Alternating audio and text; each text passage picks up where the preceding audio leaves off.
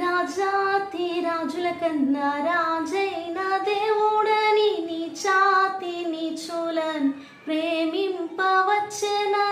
ఈరోజు దేవుడు మనతో ఏం సెలవిస్తున్నాడంటే, నీ ఆశ భంగము కానేరదు అంటున్నాడు.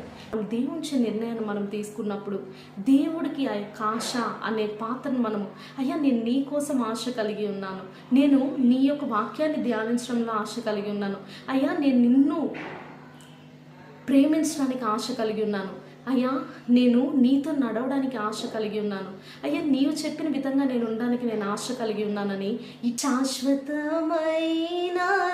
పరలోకమే గ్రహించుమా నేస్తమా, మేల్కొనుమా ఓ నా ప్రియ సంగమా, సమీపించినది రాకడ సమయము.